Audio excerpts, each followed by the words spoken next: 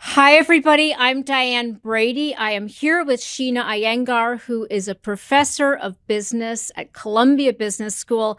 Sheena, welcome. Thank you. Thank you for having me. I have to say, before we get into your new book, your previous book was one of my favorites, The Art of Choosing. And what I especially loved was this whole paradox of choice. I often think of that example you gave of 2 jars of jam, being in a store and more people purchasing it than if you put out 6 jars of jam because all of a sudden a paralysis sets in.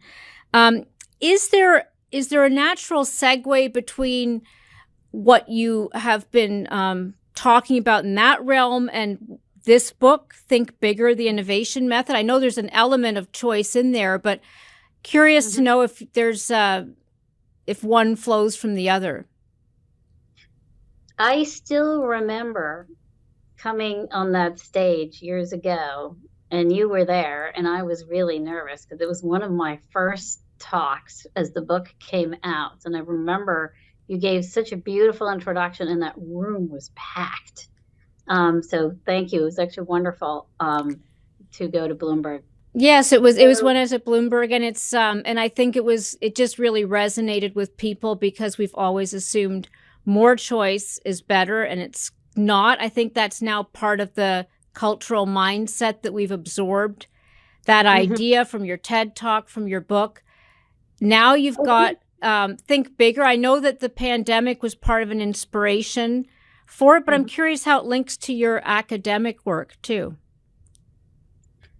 So here's the way to think about it. If you think about choice actually has two functions. The first is the ability to pick and find, right? So when you're making a choice, what are you doing? You're going out in the world and you're saying, what are the options and which option is the best fit for whatever it is I'm looking for? So it's a picking and finding exercise. What's the second function that choice plays? Particularly for humans more than any other species. Humans say, well, I need something or I want something, but it doesn't exist. So how do I create it? So the other function that choice plays is it is the tool you use for creating new choices. It's an exercise in invention. The Art of Choosing was a book that was descriptive. It described the 7 big dilemmas confronting us as modern individuals in terms of how choice is changing and affecting us today.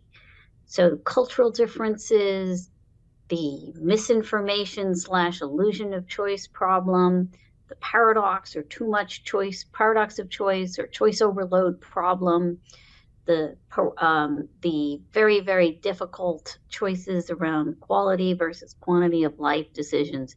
And notice how in the last 15 years, those decisions have only become more complicated as time has gone on. Think Bigger, How to Innovate answers the question, how do you create choices? Art of Choosing told you what was difficult about the picking and finding exercise. And Think Bigger says, how do you create meaningful choices when there is no solution available for whatever problem I have? Whether it's something small, like how do I help my child navigate this difficult situation that he or she is having in their everyday? How do I navigate my everyday problems in my career, in my personal life? Whether it's an organization trying to navigate how do they come up with a new competitive advantage, whether it's a people trying to navigate how to deal with these big problems confronting their society. Well, it's interesting because you talk at the start of the book about walking with your son and how he was an inspiration to write this. Why was that? Well, I started around 2012. So the book, The Art of Choosing, was out, and I would go out and give talks. And again, people would say, well, you've told me the problem, but how do I solve it? And so I began to realize that I hadn't really answered the really important question, which was the prescription. And so I began to create a course. And then I realized that we didn't really have a good method out there. The design thinking didn't answer the question of how do you create meaningful choices. And so little by little, I began to create this method, which obviously drew on my background as a cognitive scientist, drew on my background as a social psychologist, but also increasingly drew on my knowledge of neuroscience, particularly neuroscience as we have learned it and developed it here at Columbia. The book draws very much on the work of folks like Eric Kandel and his team. And so I began to develop the method. And then as the world shut down, by this point, I'd been teaching the course. It's been getting more and more traction. Not only were more and more students taking the class, but I also had a following amongst industry members, industry leaders. I had about 200 by then innovation practitioners that would regularly come into my class just because they wanted to see what the students were doing. And so when the world shut down, my son and I were walking the streets. I said to him, I said, this world is really going crazy.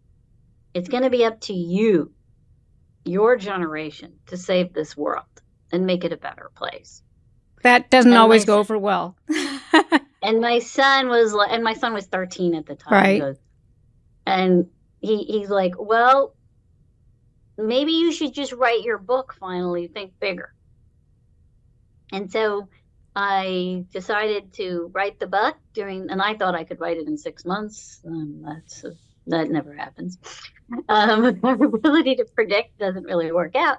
But I did write the book, and I decided to dedicate it to him. Well, let's first of all, let's start with the think bigger. I mean, it's basically think about the bigger problem. I mean, talk about the whole. What do you mean by bigger? Because it can mean more ambitious. It can mean,